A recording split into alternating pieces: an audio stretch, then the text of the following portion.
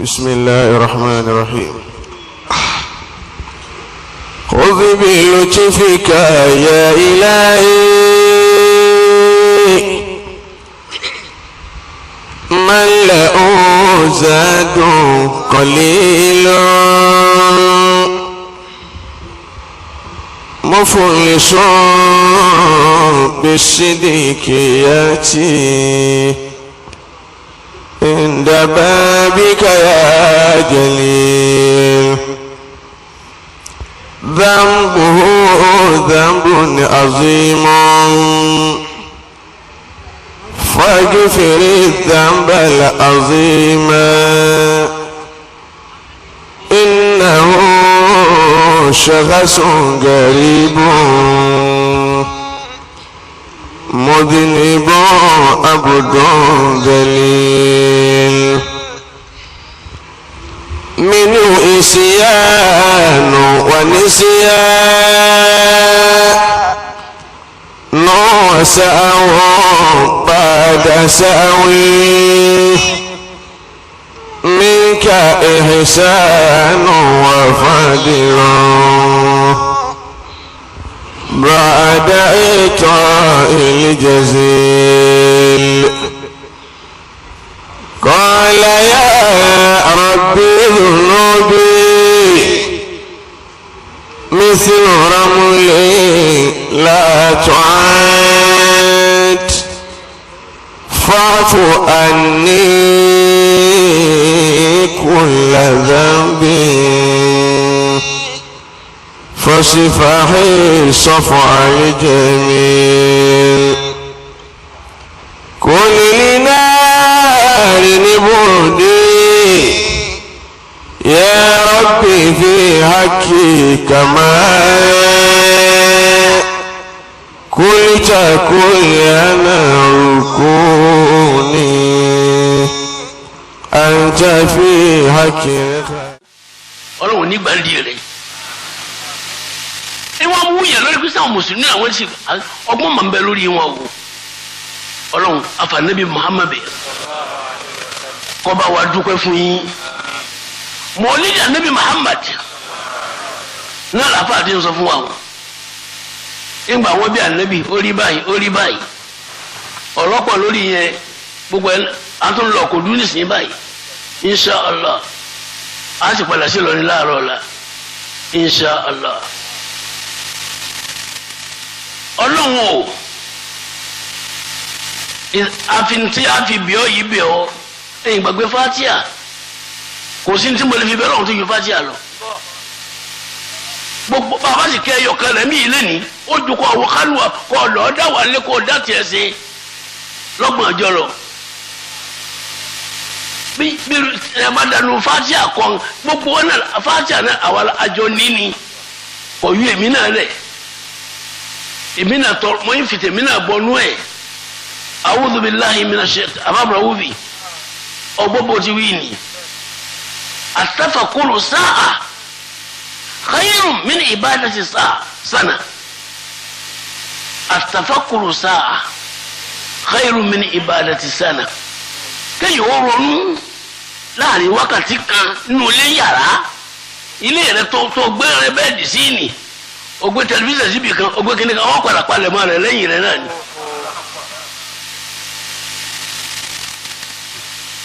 àtàfàkùrù sáà kó ronú láàrin tí wọn náà ti fi sí ọlọ́run láàrin wákàtí kan ó ju ẹ̀sìn ọlọ́run tó fọdún kan sí lọ. فما المرء إلا حيث يجعل نفسه وما المرء إلا حيث يجعل نفسه ففي صالح الأخلاق نفسك فاجعل. bàbá wa lẹ́yìn ronú wò pé kí ni mo tẹ̀sí fáyé ṣé mo wáyé bẹ́ẹ̀ sì rọrùn lẹ́nu a sì wà lórí ni àfa níbi tí yẹn bá fi rẹ̀ sínú ẹ̀ ní ọba rẹ̀ ẹlòmíín bẹ́ẹ̀ كالغذاء رجل كالغذاء èyí mi ń bẹ láyé كالغذاء ó dàbí oúnjẹ لا يستغنى عنه tá a lè má jẹ ẹlòmí mọtìmọtì kì í tó kó lé ẹlòmí alómọtì àbọkànjẹ pọpọ fún ni ẹlòmíì dàbí oúnjẹ tó wúlò débi òun wá dàbí oúnjẹ tá a lè má jẹ ńgbà kan ẹlòmíì afábùrà wúbi akramakumullah ẹlòmíì tó wá dàbí kíni. naam wa rajulun kadawai ẹlòmíì ń bẹ ìpín mẹ́ta náà ni wá láyé bá a ti pọ̀ tó yìí ẹlòmíì dàbí oúnjẹ. wa ma limayu illa haythu yaj'alu nafsahu ففي صالح الآلاك نوسك فاجعل. abájúmọ̀ bẹ́ẹ̀ o nǹkan mẹ́tẹ̀ẹ̀ta tí wọ́n fẹ́ wò yìí wọ́n náà wájà pọ̀ násìrátì lẹ́nìí níbi tó bá wà nínú mẹ́ta kọ́ sọ ẹlòmíì dàbí oúnjẹ ládùúgbò wọn nínú ilé wọn láàrin fámìlì wọn nípa àwà nípa aṣẹ́rẹ́ ọwọ́ á dàbí oúnjẹ tá a lè mọ́jẹ́jọ́ kan. ẹni. ورجل كالدواء ẹlòmíì sì ń bẹ ọ dàbí dàwáì bí oògùn paracetamol flagyl. يحتاج إليه حين بعد حين. tọ́ba ńgbà rẹ̀ máa rẹ̀ wà láàrin tí oògùn ẹlòmíì bí wọ́n ti mọ̀nù bí oògùn lórí. bí ọba rẹ̀ wọ́n kò ní lè. ومن لم إلا حيث يجعل نفسه ففي صالح الأخلاق نفسك فاجعل. ẹlòmíì ìpín kẹta nú èèyàn kò ju kò pé mẹ́rin. ورجل كالداء ẹlòmíì dàbí ó bí àrùn tí máa ṣe èèyàn gan. tani bẹ káwọn ò ṣeun. لا bí àrùn lẹlòmíì rí ládùúgbò wọn nínú ilé wọn nínú ìjọ rẹ̀ kò wúlò. لا يحتاج إليه. bí ọba tó wá sí ilé ẹni kí ẹ má bí ó sí ilé. ẹlẹ́kùn torí ọlọ́run mẹ́tẹ̀ẹ̀ta ni ẹ wò síra wọn ǹjẹ́ bí oúnjẹ ni mo rí tá a gbọ́dọ̀ má jẹ ǹjẹ́ bí oògùn tó gbé bẹ́yẹn bá ní díẹ̀ níra ọlọ́run o wá wọlé àìfẹ́ tó ní sànẹ́bí Muhammad sallallahu alayhi wa sallam. bẹ́yẹn bá fẹ́ rí ọlọ́run bẹ́yẹn bá fẹ́ súnmọ́ ọlọ́run ń gbọ́ òun kẹ́lẹ́ yìí mi kọ́lẹ́kùn òun náà kọ́mọ̀sọ́mọ́. ẹni ẹ̀yìn àfàbàrà wúbi. أكرمكم الله. anabi Muhammad sàtúrí ẹ̀ jòkó lẹ̀. sallallahu alayhi wa sallam. wọ́n wá ní bọ́ọ̀bá fẹ́ súnmọ́ ọ̀rọ̀ dáadáa ìdá àmàlìkà ní mọ̀ọ́láta. إذا أملت من مولاك قربا فجدد ذكرى خير الأنبياء. àwọn mẹ́ta gbọ́dọ̀ máa sọ fún yín àwọn máa gbọ́ nílùú wa lọ́hùn wọn ní síra kan mẹ́jẹ́ Dalailul Khairat àbí àyè mission board àwọn àfáàní wọn kó lu ẹ̀ púpọ̀ àbáwọ̀rọ̀ wúbi Dalailul Khairat. دلائل الخيرات. bí a bá ní ẹjẹ àti kuranu kan káṣí Dalailu kan Dalailul Khairat naam. Dalailul Khairat نعم. ẹ̀yin mission board kí ni jẹ́ Dalailul Khairat wàlí yọ̀rọ̀ kan ló kojọ.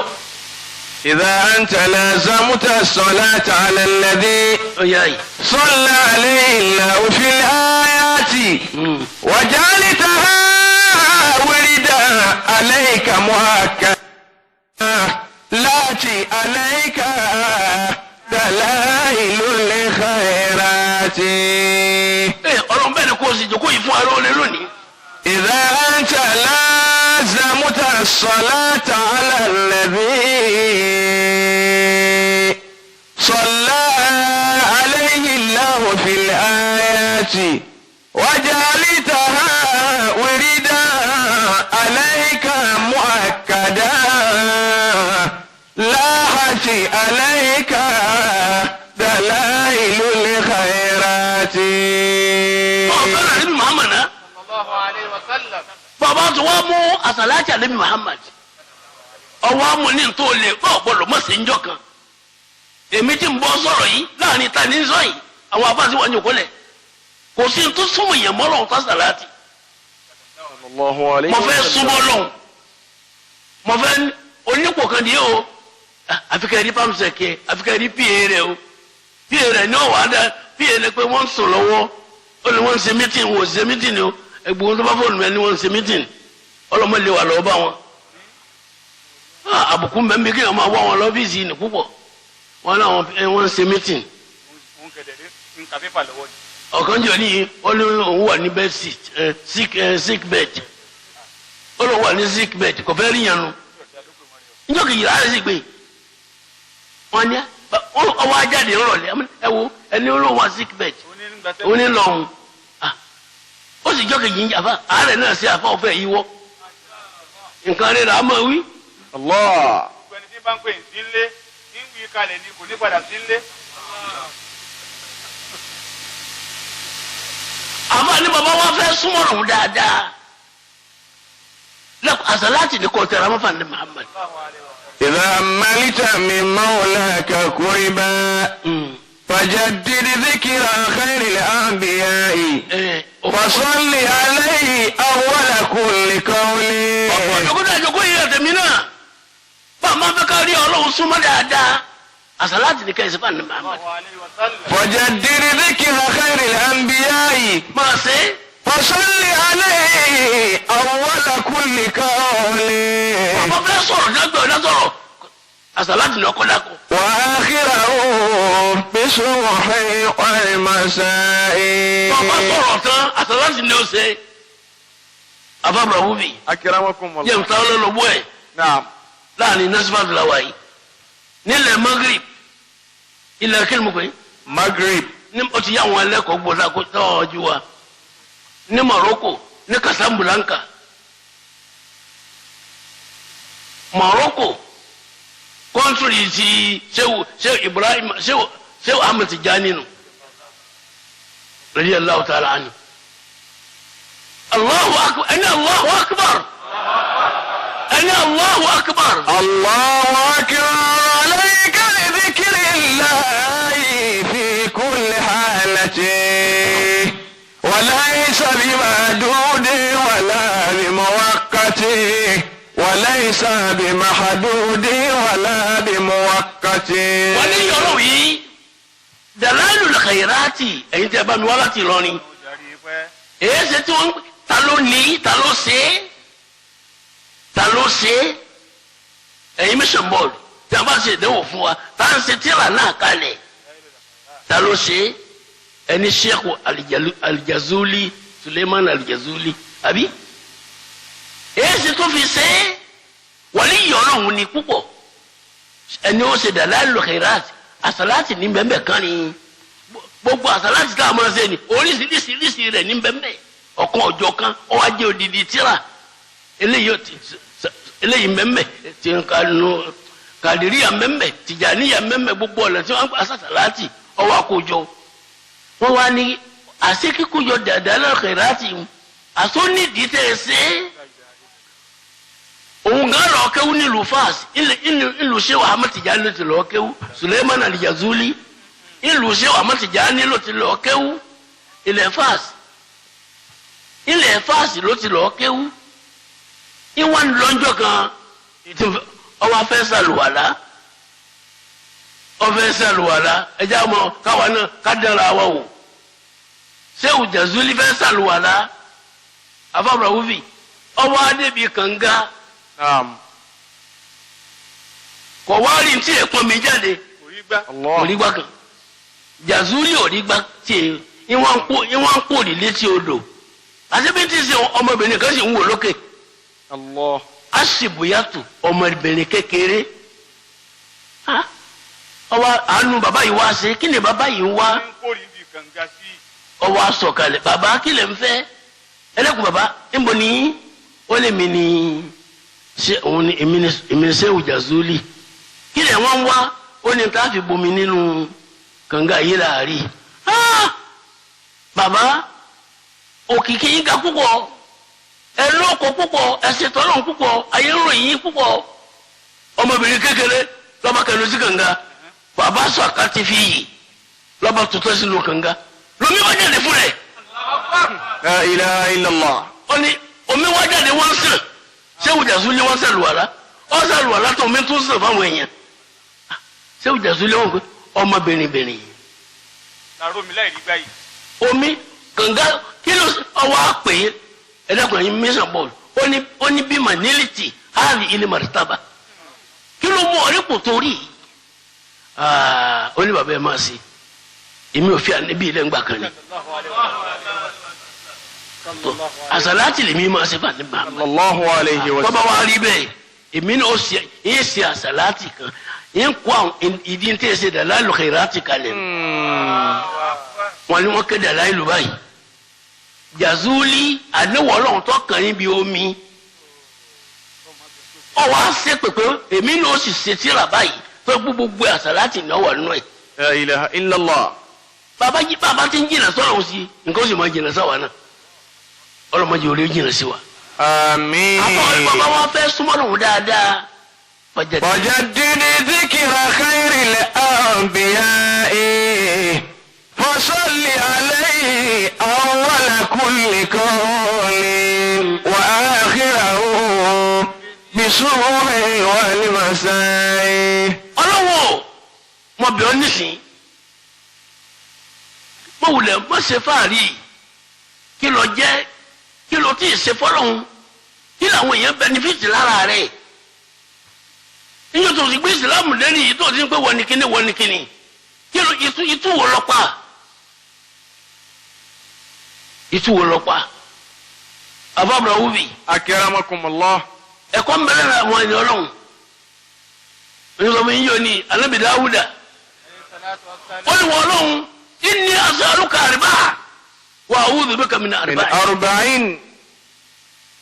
ibi tí ń lu ònù Ànábì Dáúdà ó ní wọ́n ọlọ́run yín tọrọ nǹkan mẹ́rin péré lọ́wọ́ rẹ̀ láyé ní ìtẹ̀mí wáyé yín sì tọrọ àbò má ṣe nǹkan mẹ́rin fún mi má ṣe nǹkan mẹ́rin fún mi Ànábì Dáúdà tọrọ nǹkan ju bẹ́ẹ̀ nǹkan pọ̀ láyé ẹ̀yẹ lẹ́kọ̀ọ́ ẹ wá wò ọlọ́run ní Dáúdà mo rí pọ́ ń dààmú kí ló ń fẹ́ ó ní inni as'aluka arba'a.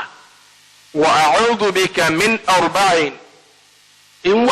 mo fẹ́ tọrọ nǹkan mẹ́rin lọ́dọ̀ wọ ọlọ́run yìí sì ń tọrọ kọ́ dáàbò bò mí níbi nǹkan mẹ́rin ẹ̀rọ sọ̀rọ̀ yìí ẹ̀ ti sùn yín ṣé kò sùn yín ẹ̀ ń gbọ́ kí ni nǹkan mẹ́rin náà tí ń fẹ́ lọ́dọ̀ wọ ọlọ́run. lisanan dhakiran. àwọn tí wọ́n máa dákọ̀ wọ́ ọlọ́run gbogbo ògbà kí n máa dákọ̀ wọ́ ọlọ́run ní gbogbo ògbà àfàbà wúbi. akramakumullah. àwọn alladhina yadhkuruna Allaha qiyaman wa qu'udan. الذين يذكرون الله قياما وقعودا وعلى جنوبهم ويتفكرون في خلق السماوات والأرض ربنا ما خلقت هذا باطلا سبحانك فقنا عذاب النار. آمين. ọlọ́run kan bẹ. يذكرون الله قياما وقعودا وعلى جنوبهم. bí a bá wà lórí ìdúró ọlọ́run náà ọmọdé akọ la ilaha illallah. وقعودا la ilaha illallah. وعلى جنوبهم. bí a bá fi àlélẹ̀ la ilaha illallah. ويتفكرون في خلق السماوات والأرض ربنا ما خلقت هذا باطلا سبحانك فقنا عذاب النار. èmi náà àti gbogbo jàmáà mo bẹ̀ wọ́ ọlọ́run Ànábì Dáúdà ní fún mi ní lisanan. ذاكرا. àwọn tí ó máa dákọ̀ rẹ̀ gbogbo ògbà. نجاتنا لا إله إلا وأمننا لا إله إلا هو.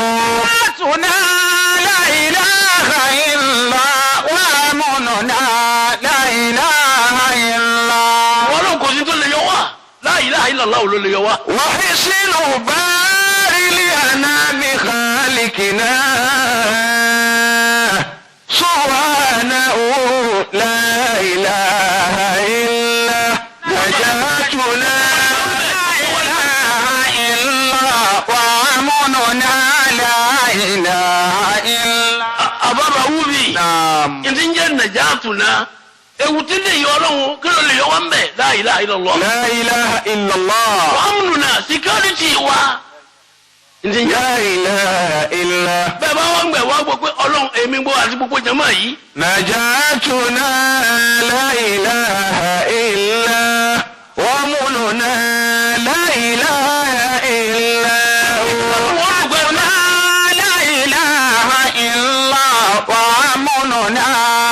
لا إله إلا نجاتنا لا إله إلا وأمرنا لا إله إلا نجاتنا لا إله إلا وأمرنا لا إله إلا أنا بابا من يلاك نجاتنا لا إله إلا نجاتنا لا إله إلا وأمرنا لا إله إلا هو لا إله إلا وأمرنا لا إله إلا أي أوان نزفت أنت يقول نجاتنا ìṣòro tí ń bọ̀ wá yọ ọlọ́run nítorí yọ wọ́n bẹ̀ la ilaha illallah. wa amnuna security wa láfi lè pàdé tí ń bọ̀ yìí kò sí ju la ilaha illallah. amnu security gbogbo wa láyé lónìí la ilaha illallah. kó làwọn ju ọlọ́run dàkún ọlọ́run má jẹ́ nǹkan ṣe wá. àmín. Ànábì Dáúdà ní wọ ọlọ́run ìfẹ́ lè sá náà àwọn tí ọmọ adakọ̀ rẹ̀ ń gbogbo wa ẹlẹ́ni. qalban shakiran. ẹlẹ́ẹ̀kejì tí mo fẹ́ sọ lọ́wọ́ ọlọ́run taliban shakiran ọkàn tí ọmọ adúpẹ́ fún wọ ọlọ́run ní gbogbo wa. èyí tó ṣe yìí pọ̀ nú oore ìyá kan jọ ní kí n ti wá sí fún wa. olùbẹ̀rẹ̀ yàrá kìámà àbábọ̀ òfin. báwo ló ti wí ní. ó ní ẹ má bínú ọlọ́ba lárí kìámà olórí ọkọ̀ wọ ná. olówó ní ọkọ̀ sí kí ni. ní ọkọ̀ wọ iná. ó lẹ́sìn bí mí. abini. àwa bí ni. àwa bí. a béèrè lọ́wọ́ ẹ̀. àwa béèrè lọ́wọ́ rẹ̀. pé kí nìdí. ọwọ́ ní àwọn olówó táwọn jọ ń jẹ́ olówó. ìyá náà ní owó púpọ̀. ó ní alájẹ olówó wúlà náà lórúkọ rẹ̀. ọwọ́ ní àwọn olówó táwọn ń jẹ́ olówó. ó ní bẹ́ẹ̀ tálíkà ti ṣe wà ní básìkò òrùn bá ti tó bébí tẹ́ ń pa yín nìna tẹ́ bá ti gbọ́ Allahu Akbar ọlẹ́sì dìde ní ìlọ́wọ́ kan gbogbo yẹn lọ lè kírun. ọlẹ́ máa wọn báwọn ṣe ń gbádùn tó kò ní já wọn dìde ńlẹ̀. ọlẹ́ bẹ́ẹ̀ tálíkà ti wá wà ní. wọ́n ní ẹ má tọrọ owó wọ́n ní bá lè jù bá sálámù àti ní pé sálámù àlékún. ọlẹ́ wa àlékún sálámù ẹ má wulẹ̀ àwọn bá ń gbàgà fún ẹ wọlé ẹ jòkó àwọn wẹ́lkọ̀mù ẹ̀ dáadáa. ọlẹ́ máa wọn wọ́n ní bá ní sálámù àlékún. Hallelujah, why are you stopping me? Who are you? Ìyá ni ẹni ní ìsínlẹ̀. Àwọn wà lé dànù. Oníṣẹ́bọ́lọ̀ ń bá wò yìí ní ìjọ dáa. Ọlọ́run tó ń sọ̀rọ̀ yìí, ogún ọdún ló ń ṣe òun òkírun. ń jẹ́ wa rẹ̀ ogún ọdún lòun ò fi kírun. Lòun ò fi kírun. Orí kó síkírìsì ni olówó ni. Ọlọ́run kan ń bẹ ní Kánò. Ó ní pléènì mi tó lówó tiẹ̀ dé. Ọlọ́run tó lè ṣe kúùkù lọ́dà tiẹ̀. Òun tó sọ ọmọ ọ̀dọ̀ wọn máa ṣiṣẹ́ fún un. Obi tó ní owó dé. ó sì múra bí fóònù ẹni sọ̀rọ̀. wọ́n níbi olówó dé ó lè wò sóúnjẹ kan pé ìwọ àjọ lòún múra lọ́dún rẹ̀. ó ní oṣù kò gba àwọn adé ń múra ó ní gbogbo ọjọ́ táwọn wà lòún múra ní kò ní kírun. ó ní kí ni olówó ni. ó ní jọ́ mọ́kànlá làwọn lò. ọjọ́ mọ́kànlá làwọn sì lòún ní wọ́n múra ó ní kò kírun. ó ní nínú tó wọ́n sọ fún yín nù ó kù àmọ́ òfin máa bẹ́ẹ̀. ìdí tó fi ń pé ọba ìlàrí kìámà àwọn olówó tẹ́lẹ̀ sí àwọn àwọn olówó ti násípàtì o kìí tàwọn sàrìtà kìí ṣe tàwọn sàrìtà ìsìlámì o àwọn olówó lẹ́wọ̀ ọkọ̀ wọná. ọlọ́run o owó tí ò ní jẹ́ ṣe tiẹ̀ mọ́bùn wa. tọ́lọ́pọ̀ ọlọ́kùn yá fi ṣe tiẹ̀ ni. àbábà wúbi. anakumullah. nípa Ànábì Dáúdà tọrọ nǹkan ó di mélòó méjì lisanan zakiran. qalban shakiran. àtọkàn tí ọmọ dúpẹ́ fún wọ́ọ́lọ́hún ó di mélòó. وبدنا على البلاء صابرا. ó ní kẹta tí n fẹ́ lọ́wọ́ Ọlọ́run fún mi ní ara على البلاء صابرا bàdé wọ Ọlọ́run bàdé tí ó gbà tí ò ní pẹ́ lọ́gbẹ́yẹ ní sẹ́mi ó ti ní rí náà mo sì rí òun. وامرأة مؤمنة تعينني على أمر ديني ودنياي. ọlọ́lẹ̀kẹrin tí ń fẹ́ lọ́dọ̀ wọ ọlọ́run fún mi lóbìnrin صالحة tó yóbìnrin dáadáa tó ìnù ni tí ó máa ràn mí lọ́wọ́ على أمر ديني lórí ẹ̀sìn mi tí mo gbé lọ́wọ́ yìí ودنياي. àti nípa ayé mi. ó ní irú obìnrin bẹ́ẹ̀ ni kò fún mi alábìdáwùlà mẹ́rẹ̀ ní tọrọ nù àbẹ́yìn náà máa lọ NASFAT ni ẹ máa lọ sàdúrà gbọ́ àwọn yòókù yìí náà ń lọ ẹ ní ẹ gbìyànjú ẹ lọ lónìí bẹ́ẹ̀ bá dé ẹ wá sùn obìnrin tí ó máa ràn ní mi lọ́wọ́ aláàmúrì dín ní wọ́dùn ìyá ẹ̀ ọlọ́wọ́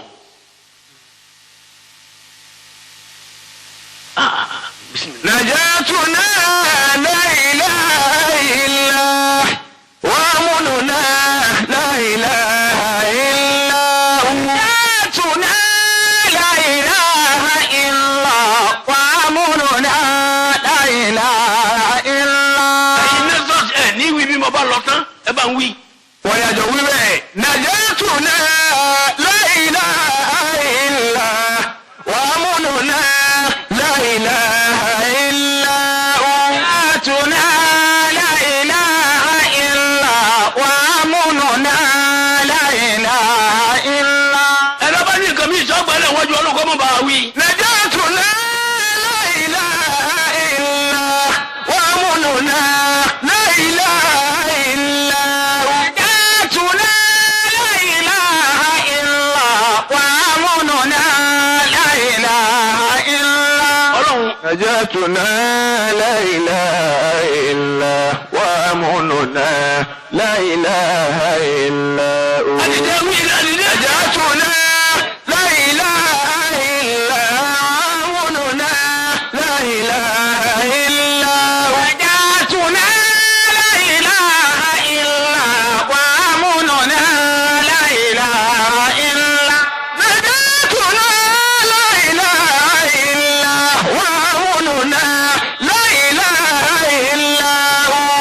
نجاتنا لا إله إلا وأمننا لا إله إلا.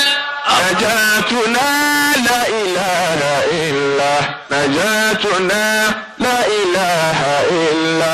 نجاتنا لا إله إلا. نجاتنا لا إله إلا وأمننا لا إله إلا. نجاتنا لا إله إلا وأمننا لا إله إلا.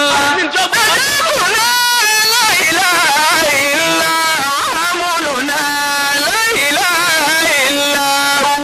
نجاتنا لا إله إلا وأمننا لا إله إلا. نجاتنا لا إله إلا وأمننا لا إله إلا. نجاتنا لا إله إلا وأمننا لا إله إلا. ọlọ́tọ̀ lórí ìkàrí. صلى الله عليه وسلم. ọmọdélé wa ẹlòmíì ní security àwọn mobile police ní sẹ́nu ẹ̀ àwọn míì ọgbà wọn máa pàṣẹ lé ẹ̀ àwọn òní kankan bẹ̀ ọlọ́run. نجاتنا لا إله إلا وأمننا لا إله إلا. àwọn bẹ́ẹ̀ni wọ́n pé wọ́n jẹ́ kóló wọ́n ní wọ́n dìbò ìbò wọ́n dìbò wọ́n dì ń bàbá yìí wọ́n ń dákọ̀ ọ̀sẹ̀ èyí tẹ̀ ń dákọ̀ ní náà wọ́n ní ẹ̀fàdúrà tì í fọlọ́hún bá ní ọjẹ́ dídì nígbà yìí rẹ̀ ọ́ dáa àwọn tó ní foresight wọ́n ní pé wọ́n gbọ́wọ́ ẹ̀dá bá ti wà yìí السلام. ntí ìṣiṣẹ́ lẹ́yìn wọn gbọ́wọ́ ẹ̀dá ntí ọ̀dá ni dákun ọlọ́run má dààmú ìlú Nàìjíríà ọlọ́run آمين. wọ́n wá ní wí sí ilé ẹnu pé Nàìjíríà náà. نجاتنا لا إله إلا وأمننا لا إله إلا. نجاتنا لا إله إلا وأمننا لا إله إلا. نجاتنا لا إله إلا وأمننا لا إله إلا. sallallahu alaihi wasallam. ọdún tí mo bá pàdé lọ́dọ̀ yìí ẹkún lèmi fi wí ẹlòmí gbogbo security lẹlòmí ní ó ní tilẹ̀ òkèrè ó ní tinúlé ọmọ tẹlòmí ò sí nílẹ̀ yìí abúlọ́dù lọ́wọ́ ẹlòmí ti ní ìpàdé máa pé bá ń yíwọ́ òun ó sì lọ bí báyìí àwọn oníbi tá a lọ lọ́hùn mọ́jọ́ ọ̀rọ̀ Nàìjíríà dàrú. Amina. mọ́jọ́ ọ̀rọ̀ nulẹ̀ ẹnìkọ̀ọ̀kan wọn náà dàrú. Àmín. ẹnìkan èmi ní lépa rẹ̀ wọ́n sì hàn lé mà yìí sì àwọn ọmọ rẹ̀ wọ́n lé wọn àwọn ò ní jẹ́yàn. La ilaha illallah. yìí sì fà àwọn ọmọ rẹ̀ òun sì fà àwọn ọmọ rẹ̀ bọ́ nínú jẹ́ bíyẹn kọ́ máa wí bẹ́ẹ̀. Najatuna la ilaha illa wa amununa la ilaha illa hu. ẹgbẹ́ bá wí lẹ́ẹ̀kan ni mo gbádùn rẹ̀ púpọ̀. Najatuna la ilaha illa wa amununa la ilaha illa hu. Najatuna la ilaha illa wa amununa la ilaha illa. ọlọ́sọ̀rọ̀ ní kárí. Sallallahu alayhi wa sallam. Ànábì Dáúdà tọrọ nǹkan mélòó jẹ́ mọ́ mélòó Nǹkan mẹ́rin. ọwọ́ ni wà áwùdù bí kàmí náà rí báyìí ìwọ Ọlọ́run má ṣe nǹkan mẹ́rin fún mi lópin ayé mi nígbà tí ìlú ayé mi tán má jẹ́ nǹkan mẹ́rin ó ṣẹlẹ̀ sí mi ẹ fẹ́ máa ẹ̀sìn láti mẹ́rin ní tọ́tọrọ ó ní tùmà bí ò ní tùmà ó ní wọ Ọlọ́run ìwọ́n wá sọ nílọ́dọ̀ wọ Ọlọ́run mí kí ni. من ولد يكون علي سيدا. ọlọ́wọ́ mọ́bùnmí lọ́mọ tí àwọn àjọga lórí mi wọ́lẹ̀dì mo dákun dáàbò bò mí mi wọ́lẹ̀dì. يكون علي سيدا. ọmọ tí àjọga mi ti tẹ̀mí bá ní ṣe báyìí tí ò ní ṣe àfi nǹkan bá ní ó ṣe.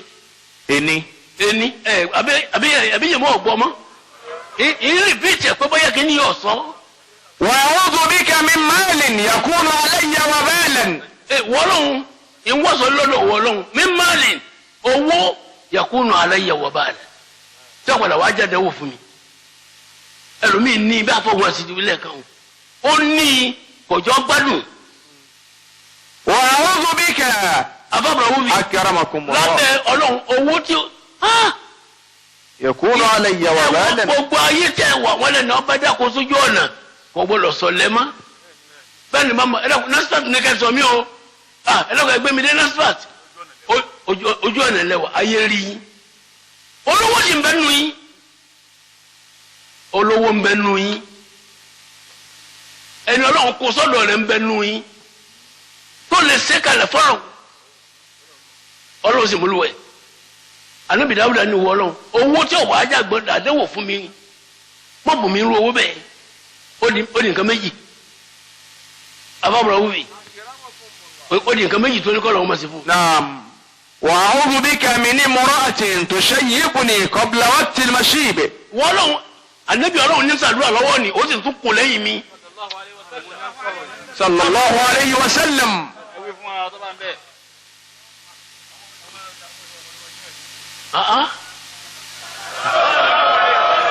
ìwọ ọlọ́run a'udhu bika min imra'atin lákùmọ̀sádì ìwọ ọlọ́run má jẹ́ níyàwó tushayibuni qabla al-mashib tí ó mú irun eré mi di funfun kó tó di pé ó yẹ kó di funfun nǹkan méje ní mú ewu jáde lára èèyàn gbogbo tẹlumi lè sàgbà àgbàkọ́ nǹkan méje ní ìfà nǹkan mélòó nǹkan méje ní fakẹ́wọ́ jáde lára fàkẹ́ tó ewu jáde lára èèyàn nǹkan méje àsìfàkẹ́wọ́ jáde ẹ̀ ń gbọ́ ìwọ ọlọ́run obìnrin tó kó wàhálà bá mi tí irun funfun fi wá jáde lórí mi qabla al-mashib kó tó di pọ́ yẹ kí irun mi ó di funfun ẹlòmíì wàhálà nù lé lọ́sọ̀rùn ẹ̀ di funfun kèrún rẹ̀ kèègbó lóbẹ̀ èjì kí ni èjì ẹ̀.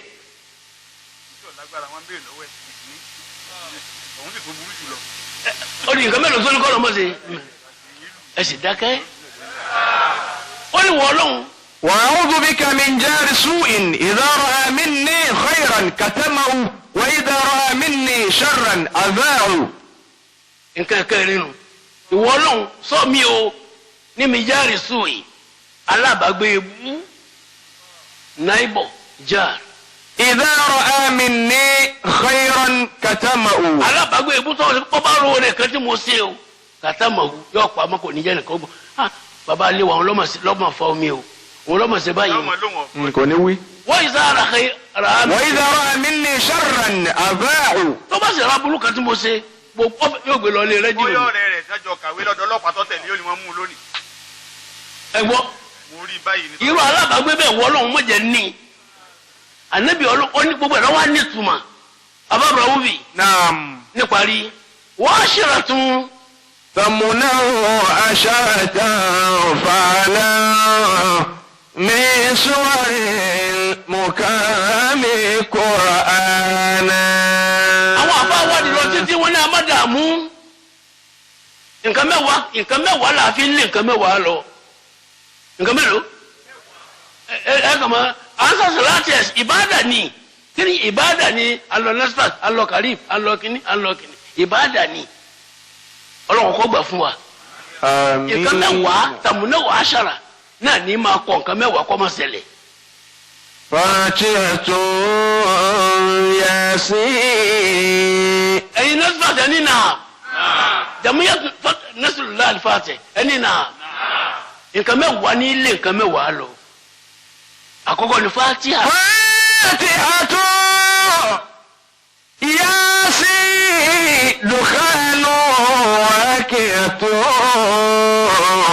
al-mulku kawtharun kafiruna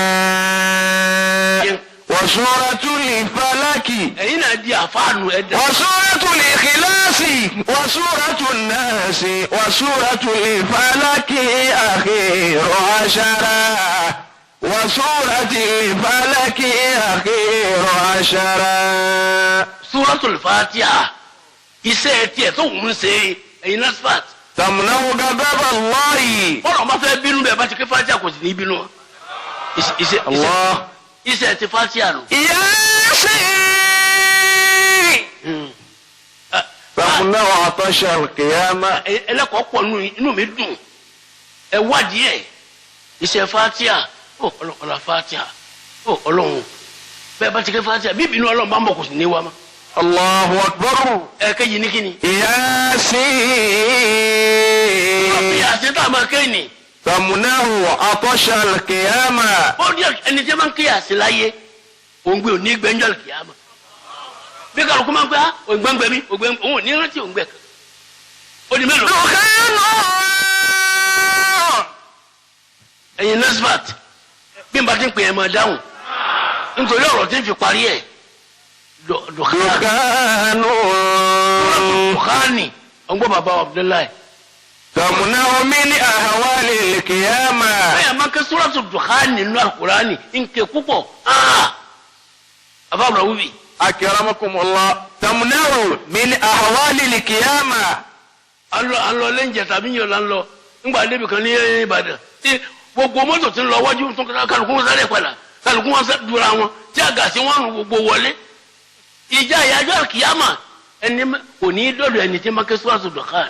Allahu akbar. kí la dé tí wọn rọ́gìrì rẹ̀ báyìí kò ní dọ̀dọ̀ ẹ̀ ó di mélòó. Fatihatun Yasin dukhanu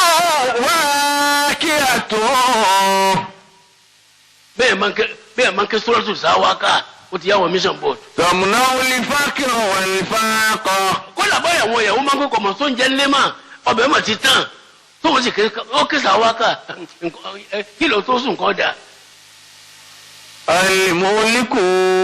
ní ti sẹ sáwáká ṣe ni pé kó sì ó jìnnà sí ìdílé rẹ̀ bó ti wọ́n ní sọ́ọ̀tù nísìn ọwọ́ afẹ́ wọlé ọdẹlẹ̀ yẹn wọlé bisimilahi rahman rahim alhamdulilayi rabbil alamin الرحمن الرحيم مالك يوم الدين إياك نعبد وإياك نستعين اهدنا الصراط المستقيم صراط الذين أنعمت عليهم غير المغضوب عليهم ولا الضالين آمين أما هو بسم الله الرحمن الرحيم قل هو الله أحد الله الصمد لم يلد ولم يولد ولم يكن له كفوا أحد ẹrú Ọlọ́run tó lọ bá Nábì ìdílé tàwọn ọ̀rọ̀ wọ́mú kò sí pọ̀ǹdé ilé àwọn alẹ́bìnrin tó máa lọ sí ni bọ́ bá lò lé dalí kó tó wọlé máa ké Fátíhà ayọ̀ kan sì máa ké kúlú wà láwò tó wọlé yín kódà mi bọ́ bá jẹ́ ìdílé yín kò sí ní òkú yányán فاتحة ياسين دخان واكية الملك كوثر كافرون Suratul Mulki ẹ̀yin mission board. تمنع عذاب الكون. Tabaraka allazi biyadi àbí. نعم. ọgbọ̀n àyà ni bẹ́ẹ̀ bá ti ń ké òkú tó kú kẹ́ ń ké nítorí ẹ̀ ìyà kankan ò ní jẹ́ nu sàárè mọ́ kíákíá ẹni tí máa ń ké bí wọn bá ń fìyà jẹ yẹn nu sàárè wọn ní fìyà jẹ. iṣẹ́ كوثر كافرون الملك كوثر كافرون. ọlọ́run ká ó di mélòó súnmọ́ ká. كوثر iná àtẹ̀yìnà kàlùkàwùsára bẹ́ẹ̀ yẹn bá ń ké. تمنع خصومة الخصماء. báwọn yẹn máa ń jà tẹ́sí làwọn tí ó là ẹ̀yìn kọ́mítì ẹ̀yìn kìnìkan wẹ́lifíà kọ́mítì ẹ̀ wá lọ́wọ́ kìnìkan ẹ̀kẹ́ iná àtẹ̀yìnà kàlùkàwùsára bẹ́ẹ̀ bá ti kí iná àtẹ̀yìnà kàlùkàwùsára èso kú ọ̀la ni wọn. iṣẹ́ bí nǹkan bá fẹ́ bàjẹ́ táwọn yẹn pé èmi ò ní gbóhùn ní gbà yí parí ìjà ni iná àtẹ̀yìnà wọn fi parí ìjà ni àwọn tí wọ́n kórìíra ara wọn kọ́ mọ́ kórìíra ara wọn mọ́.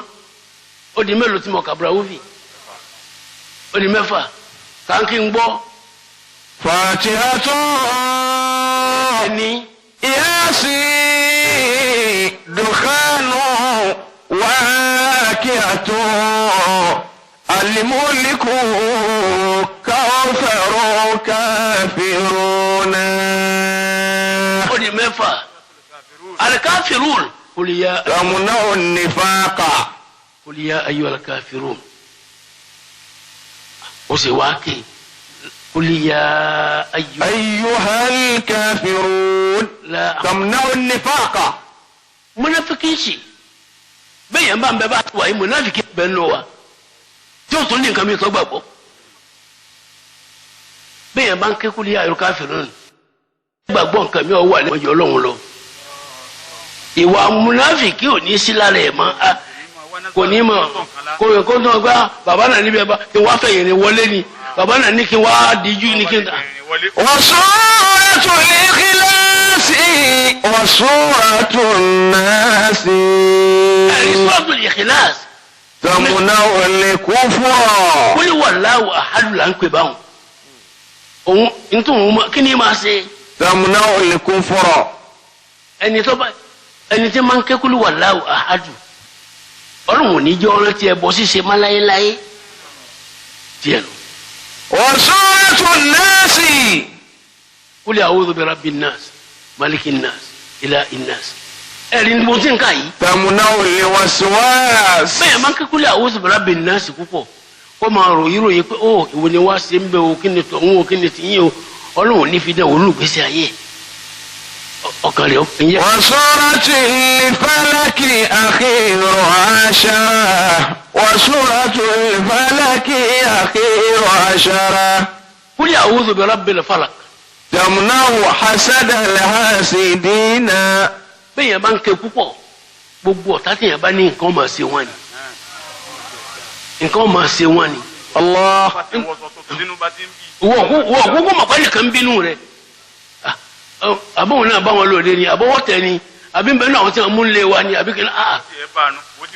tàmúnáwò hasadal حسد الحاسدين. àwọn tí máa kẹ́ tẹ̀yẹ̀ pé nǹkan fẹ́ẹ́ dàrú fún ọ fẹ́ẹ́ dàrú fún un kò ní ẹni àgọ́dọ̀ má ní èèyàn ẹni tí ọba ní àdúrà rẹ̀ ní èèyàn ní ọlọ́wọ́ ẹ̀wọ̀n bí a ti lọ mọ̀láàkì fàtí ẹ̀yọ̀ kan ọlọ́run má bínú sí gbogbo nesfat آمين. àtẹni ọwọ́ bílẹ̀ ní o àtẹni tí ọwọ́ bílẹ̀ ní o àtẹni ó ti lọ ilé o gbogbo tínú rẹ̀ bá lò sí ìjọ nesfat lẹ́kọ̀ọ́ lọ má bínú sí wọn o má bínú sáwa náà o Àfà Brahuvi insha Allah ẹ bá mi wí lẹ́ẹ̀mọkànlá pẹ́rẹ́ wàá yọ̀dà mi kí lẹ́ẹ̀ bá mi wí ọ̀rẹ́ má ṣe hẹ́ẹ̀ Àfà Brahuvi. أكرمكم الله. وبسملة وبسملة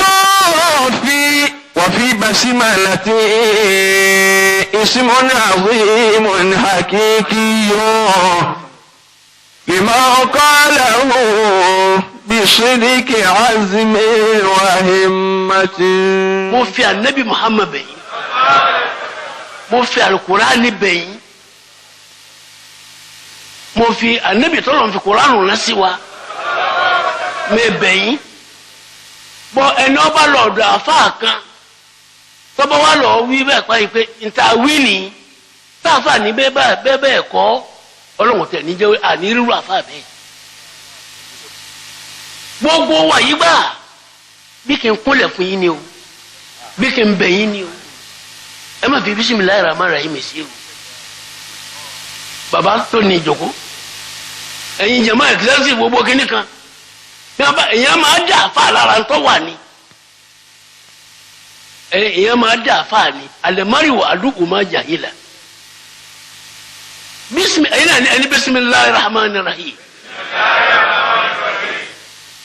anabi adama tọ́lọ̀ kọjá gbogbo wa yìí ọmọ adama ni wa ẹni ó lè pè mí adama kó bẹ́ mi o njẹ́ ló wọ̀ pọ́ gbogbo wa gbà ta ló bí gbogbo wa adama òun ni bàbá àkọ́kọ́ àwa òsì níyà àkọ́kọ́ àbíjàmá ọmọ rẹ̀ ọmọ wọn rẹ̀ á ṣe tá adama fi lóyún tó lò láyé ẹ̀yìn mission board kò sí nǹkan kan. Suratul Fatiha bismillahir rahmanir rahim lọ́lọ́run fún wa kana yatluha bismillahir rahmanir rahim la nabi adam asi ó ṣe fa te kú láyé ngba adam kú wala ma rufi'at ngba rufi'at al basmala ngba adam kú wọ́n agbe bismillah kú láyé ó di meni Ànábì Nuhu le Ọlọ́run tó ní wọ́n dá bismillah padà ta Ànábì Nuhu yẹ lo gbogbo ayé tán bisimilayi mujiraha wakala rikabu fiya bisimilayi mujiraha Ànábì Nuhu Ọlọ́run kankan ju bisimilayi rahman rahim lọ. wakala rikabu fiya bisimilayi mujiraha wa murisaha. kí ni Ànábì Nuhu Ọlọ́run jẹ mọ́. inna rabbi agafurur rahim. bisimilayi rahman rahim ni Ànábì Nuhu lò. Ànábì Nuhu kó láyé wọ́n tún gbé bisimilayi kú. nígbà tí Ànábì Nuhu kú láyé Allahu akbar. Allahu akbar. qala rikabu fiha. وقال اركبوا فيها بسم الله مجراها ومرساها. bàbá tiwa aláyé àgbà. رحمه الله. ọba àdúrà kan bọ́ láyé bisimilayi rahman rahim. ìwọ sì ṣe àwọn àfààyàn ní fún ní tí wọn lò kí ló ń lò ó lò nǹkan kan méjì tó ń fa Ádámà lọ. ẹ̀gbọ́n Ànábì Ádámà lò Ànábì Nuhu lò عليه الصلاة والسلام. Ànábì Musa dé نبي إبراهيم. Ànábì Ibrahim ó dé Ànábì Ibrahim dé Ọlọ́run ẹ tún sọ bisimilayi kan bisimilayi rahman rahim wa ń bẹ lọ́wọ́ Ànábì Ibrahim títí ẹ̀ẹ́dìgbà tí wọ́n di tẹ́rẹ̀ tí wọ́n lọ jù sínú kànàkànà sínú iná ó ní bisimilayi rahman rahim Ọlọ́run ní ìwọ iná kú ní ìbáraẹ̀dá. يا نار كوني وسلاما على إبراهيم. كل نار كوني بردا وسلاما على إبراهيم. كلنا يا نار كوني بردا وسلاما على إبراهيم. Our mission board Ànábì Ibrahim bisimilayi lọ́lọ́ ní olo Ànábì Ibrahim kó láyé wọ́n tún gbé bisimilayi kó lẹ̀ ó tún yá ọwọ́ kan Ànábì kí ni mo yí fún ẹ. سليمان. ó kú Ànábì Musa aleyhi salatu wa salam Ànábì Musa gbogbo bẹ́ẹ̀ bóun fìdí ó lè ṣe wàá kò tó ní bisimilayi ní ké fakahara Firaun ó sì ṣẹ́gun Firaun náà bisimilayi ní gbogbo ṣẹ́gun wà mẹ́ tí gbọ́ yé ó di ńgbà tí Ànábì Musa kó láyé rufi'at libasimala wọ́n tún gbé bisimilayi kó lẹ̀ ńgbà Ànábì Suleiman dé nazalat albasimala bísímìláì tó dé ọlọ́run ní máa wí bí tí ń wí àtàlìjẹ̀nú àtẹ̀yìn àti gbogbo nǹkan sì ń gbá tiẹ̀. وحشر لسليمان جنوده من الجن والإنس والطير وهم يوزعون. àwa nu ọlọ́run nu ẹ má fi bísímìláì lẹ̀ o kọ́ nǹkan kan lé lórí káàrọ̀ ọmọdọ́mọ ọlọ́mọ pé ntí bàbá mi bí sagbára ni ìjọba rí báyìí bẹ́ẹ̀ ni máa ń fọ́ ni wí báyìí wọ́n bá sùn lálẹ́ tẹ̀rù ń bọ̀ pé wíyẹ báyìí mọ́kànlélógún ló wí ọwọ́ á sùn bí nǹkan bá ṣàwọn èèyàn kò ní í ṣèwọ kò sí nǹkan tó kọjá gbogbo àyè tí wọ́n á lò ó sí láyé ó rí inú tirẹ̀ bisimilayi rahman rahim afábọ̀rọ̀ wúbi. akiramakumullah. anabi yisa dé ọlọ́run ní ẹ tó sọ bisimilayi kalẹ̀ anabi yisa ń jìkú ni o ń wu alẹ́tẹ̀sán ni o ń ṣe gbogbo ẹ̀ ni o bisimilayi náà ẹ wá wà ní bíbí anabi yisa sí anabi muhammad 571 years náà níbẹ̀ láàrin anabi yisa sí anabi muhammad. sallallahu alayhi wa sallam. nígbà yisa lọ fẹ́ wọn tó gbé bisimilayi lẹ̀ nígbà anabi muhammad wọn tó sọ bisimilayi kalẹ̀ bisimilayi wa ni la fúnra wa yìí ọlọ́run jẹ́ ẹgbọ́ ọlọ́run gbọ́ lórí ẹ̀ amina lẹ ọlọ́run mọ̀jà ṣe hẹ́ ká má ṣe hẹ́ dákun ọlọ́run àfọlá bisimilayi rahman rahim mọ́kànlá tá a ṣe kó lè ẹjẹ ń sọ fún yín ẹ wò mí dáadáa àwọn tá a jọ mọ àwọn àgbàlagbà ńlọrin ọgbọ́n wa bẹ́ẹ̀ yẹn bá fẹ́ parí tán àbọ̀ gẹrun tán kọ́ wà bomi tó mọ́ sọ́wọ́ yóò wá ké bisimilayi rahman rahim 19 mélòó yóò wá fomi rẹ̀ parí kò ní máa náwó kàtá kó tó rí mi kan kò ní máa náwó kàtá kó tó rí. ó yẹ tí ìdí ẹ máa lò ó bá.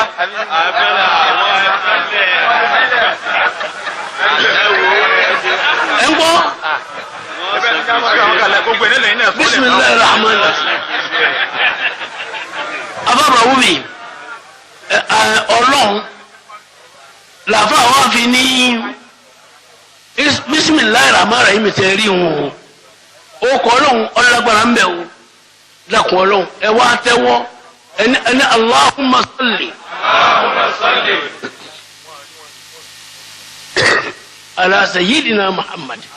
ala sayyidina Muhammadin. dakun ọlọ́run nítorí ní awilawi ẹ wo àwọn ẹ̀rẹ́bí ọlọ́run ẹ wá òun gba Kùránì wá dé bàbá wa fa gbogbo súrà kọ̀ọ̀kan wọ́n bẹ̀rẹ̀ pẹ̀lú bisimilayi rahman rahim àfi súratu Tawba fún dìtẹ́ ẹ̀ mọ̀ wọn lè kẹ́lọ́ mú bisimilayi rahman rahim ìgbà wá dé fà nẹ́bí wa kana fatihan aziman lahu mi bisimilayi agbára ti dé fà nẹ́bí gbogbo ẹlẹ́kùn tìjáníyà ni kàdìríyà ni ẹ̀sìn ni wọ́n gidi ẹ̀sìn ni wọ́n àmọ́ kò bẹ̀rẹ̀ lójú ànábì kí ni mo lè ṣe pẹ̀lú òdì nípa apá ànábì àtàwọn tí ń tẹ̀lé ànábì ìwà wọn dáa nígbà Sufi wa bẹ̀rẹ̀ báwo ni Sufi ṣe bẹ̀rẹ̀ káwọn ẹni ọba jẹ́ mùrídìí ó lè mú wà ànábì ni tìjáníyà ni ó ní kàdìríyà ni ó ní láti bí tìjáníyà tó gbà ní kàdìríyà tó gbà ní ìwà níbi ọwọ́ àárọ̀ ẹ̀ lọ́rùn gbogbo ẹ̀ náà ká lè tẹ̀lé tà níbi ọlọ́run ìjọ Nasfat àfiléwọ̀ ọlọ́run lọ́wọ́ àánú rẹ tó fi kó wọn jọ má fi bínú rẹ tún wọn káwọn. bàbá wa Alhaji Kabir inú jẹmọ́ Nasfat tó ti ná gbogbo ara rẹ fún Nasfat yìí fọkànbalẹ̀ gbogbo ẹ̀yin tí a ń jẹ́ Nasfat gbogbo àwa tá à ń jẹ́ bẹ́ẹ̀ ọlọ́run ní tá a fi ṣe ẹlòmíín bẹ gbogbo tẹ ní plan tẹ fẹ́ ṣe ní àyè òun nìkan lè ṣe òun nìkan lè ṣe dákun ọlọ́run gbogbo ibi táànù rẹ bá wà bàbá darí ẹ̀ wá bàjọ́ yìí ọlá bisimilahi rahmani rahim ẹni Allah arrahman Ar-Rahim. Àfàbùrà wò fi kí lè yún jẹ́ gbogbo oúnjẹ tó ọgbà gbé fún mi àbí tó gbé pé kí n mú èmi ò lè má ṣe Bismillahir Rahmanir Rahim. Ó ní náà ní ọjọ́ ọ̀ràn yìí.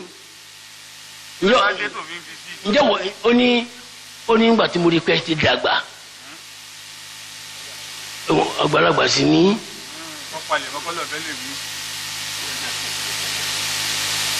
ẹ lẹ́kùn. Allahu akbar. Àfàbùrà wò fi Bismillahir Rahmanir Rahim. Bismillahir Rahmanir Rahim.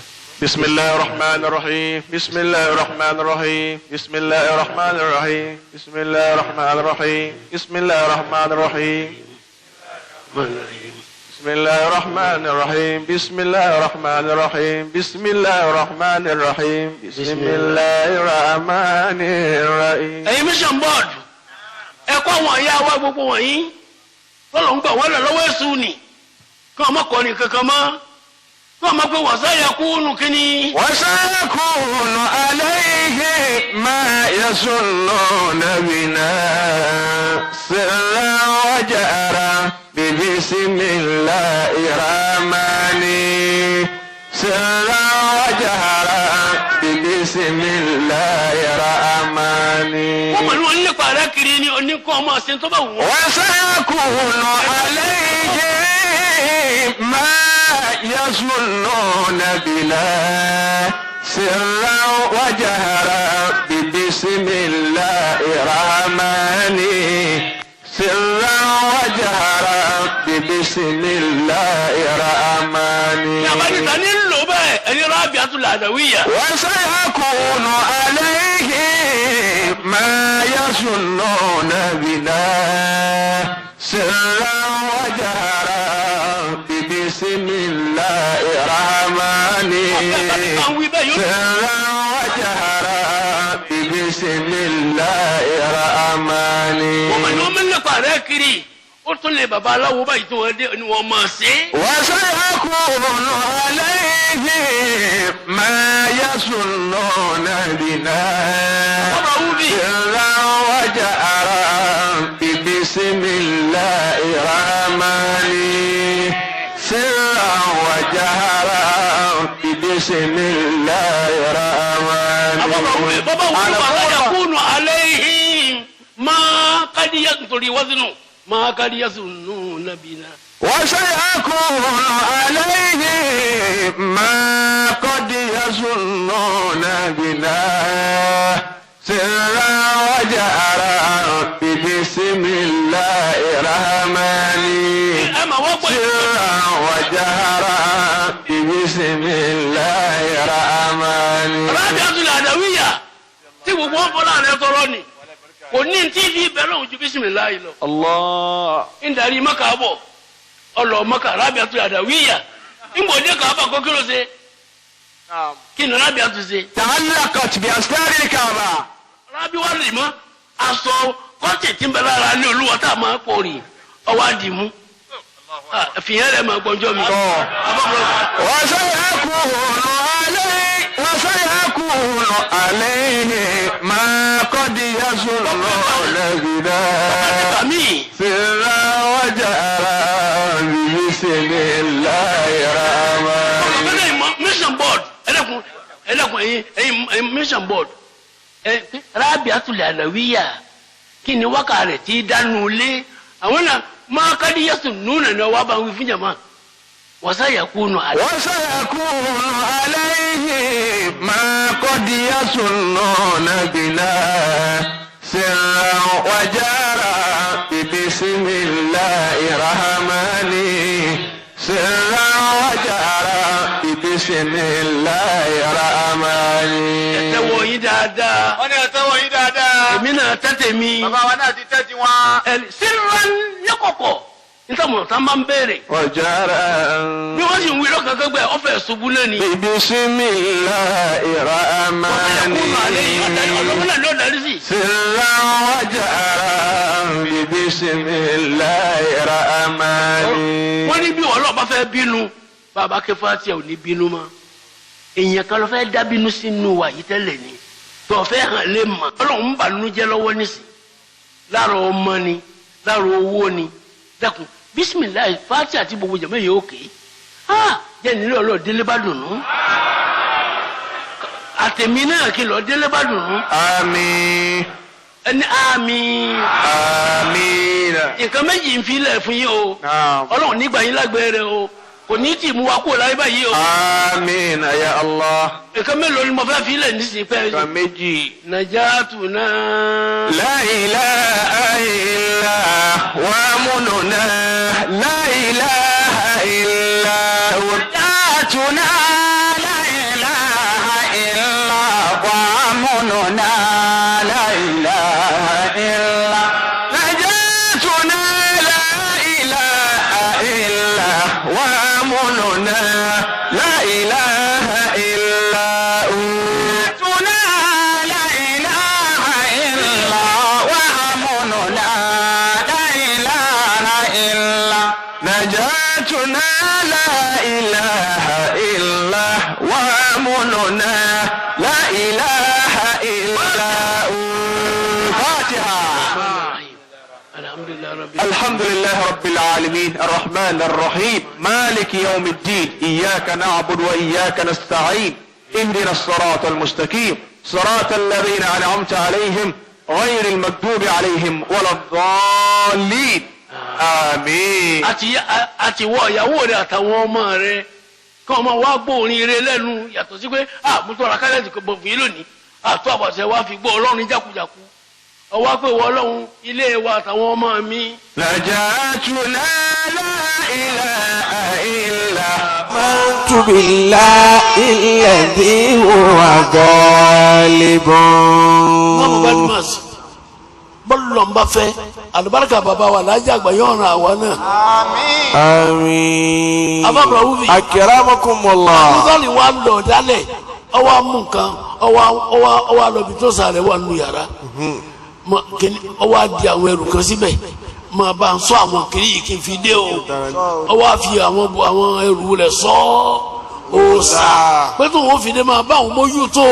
àràbọ̀ yabulu salabanu birasi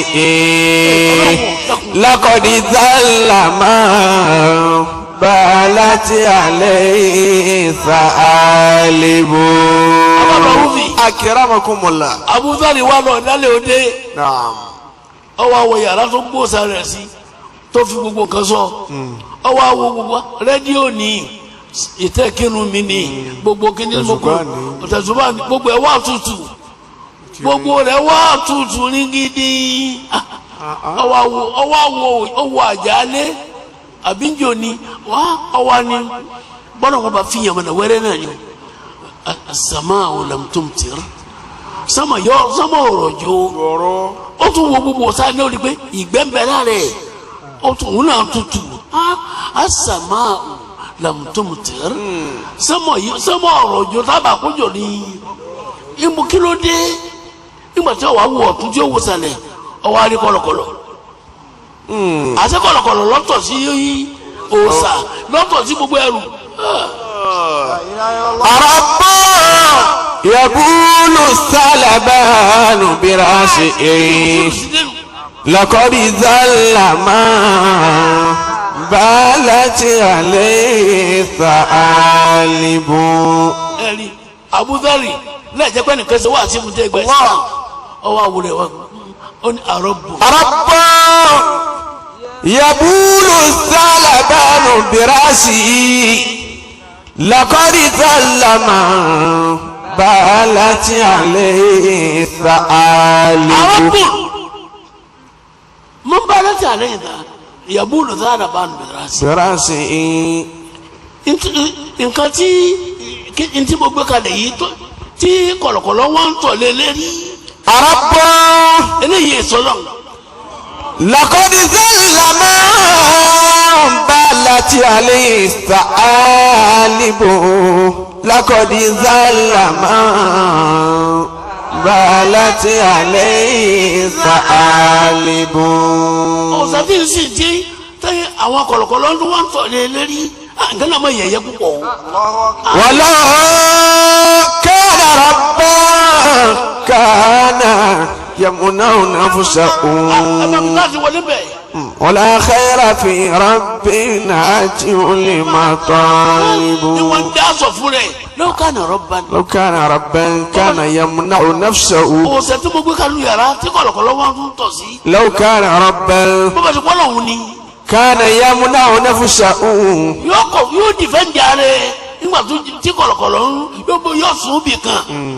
ولا خير في ربنا المطالب. Ọlọ́run ti ń sìn tí gbogbo tóun náà wá tí ò wá rí kò sóore ń bẹ̀. بريت من الأصنام في الأرض كلها. lónìí yìí gan. بريت من الأصنام mo bọ́ ìsìn òmùsàmọ́ gbogbo àwọn. في الأرض كلها. ẹnìkan kó ṣe wá sí fún un. وآمنت بالله الذي هو غالب. mo gbà fún Ọlọ́run ọba tó borí gbogbo nǹkan lónìí gbogbo àwọn òsàdì Ọbàtálá ní kíní kan ni mo ṣe. بريت من الأصنام في الأرض كلها وآمنت بالله الذي هو غالب. òun ló múlẹ̀ rọ́bà nẹ́bì wà nẹ́bì mo ìsìn òsàmọ́ mo gbà fún un. وآمنت mo ti gbà fọ́lọ́run. بالله الذي هو غالب. tí mo fẹ́ lu mẹ́fà rọ̀ wí. وآمنت بالله الذي هو غالب. àbúrò yìí náà ní Nabi Muhammad صلى الله عليه tí وسلم. mo fẹ́ lò ó ní ọwọ́ ní ya Rasulallah ya Rasulallah ọlọ́run jọ dáa fún yín bẹ́ẹ̀ ti gbé sallallahu alaihi wasallam. صلى الله عليه وسلم. ألا أيها الراجي ألا أيها الراجي المثوبة والأجر ففي صحبة الأبرار تلقى الفوائد. bàbá wọn ti kéde ti dálẹ̀ kó rẹ́rìn kárin wọn náà wá lọ́kọ ọkọ wa yẹ̀ wọ́n ti pé kápẹ́ni tó máa ṣe nu mo kọ́ mo fẹ́ ká play kẹ́sàtì káàkiri àgbáyé ni mo ṣe ní kí wọ́n pè mí lọ́dọ̀ wọn mo lọ́rọ̀ tí n bá sọ sódà bí a ti ń ṣe ẹ̀yin ọ̀dọ́ tí wọ́n bá ṣe fíìmù ọ̀n rẹ́ẹ̀pù èèyàn ẹ̀ tẹ̀lé mi fíìmù ó lọ ká obìnrin mórí àga fíìmù ó lọ kó obìnrin mọ́léèwẹ̀ fíìmù ó tàkàkà ó sùn lé fíìmù ó kó sí fún látẹ̀yìn fíìmù ó fà láyà fíìmù ó kíìsì ẹ̀ gbogbo ohun tá a wá ń wo kò wá sí nǹkan oríire mọ́ mbẹ́.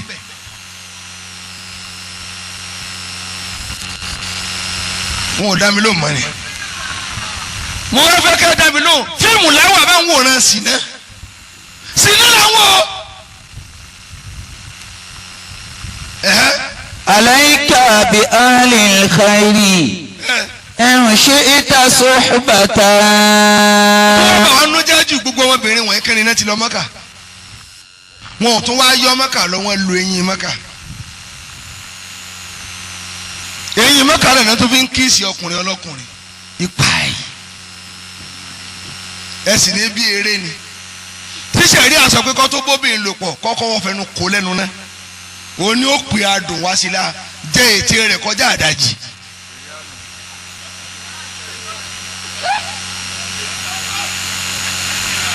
nǹkan máa rí ọ sínú. عليك بأهل الخير إن شئت صحبة. kò sí níyàwó ńlẹ̀ o. ففي صحبة الأبرار تلقى الفوائد. jẹ̀mọ́ ẹlẹ́ẹ̀kẹta ti ń dùn wá gbogbo ẹ̀yẹ àfa tá a dákẹ́ asákìtù alẹ́ ha huwa shaytan akhras. gbogbo àfa tá a dákẹ́ àfa ó sì dákẹ́ lóòótọ́ àkọ́pẹ́rẹ́tì.